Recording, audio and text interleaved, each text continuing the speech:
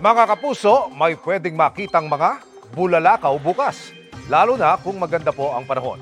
Bukas, April 22 kasi, ang peak ng tinatawag na Lyrid Meteor Shower. Ayon po yan sa Pag-asa, pwede itong abangan pasado alas 9 ng gabi hanggang pasado alas 5 ng madaling araw. Kung maaliwalas ang panahon at hindi magiging maulap, maaaring masilayan ng nasa 18 meteors o yung bulalakaw kada oras. Patuloy na nararanasan ng maalinsangang panahon sa malaking bahagi ng bansa dahil pa rin sa easterlies. Kanina po, naitala ang 42 degrees Celsius sa Apari, Cagayan at San Jose Occidental, Mindoro. Posibleng maulit yan sa Apari bukas.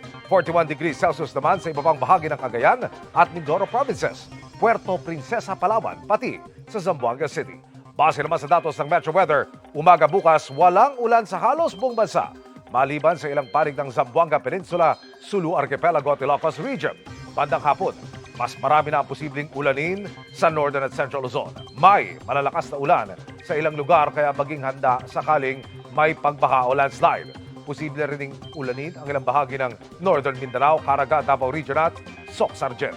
Mababa tsansa ng ulan sa Metro Manila pero magdala pa rin ang payong na panangga sa matinding init ng tirik na araw.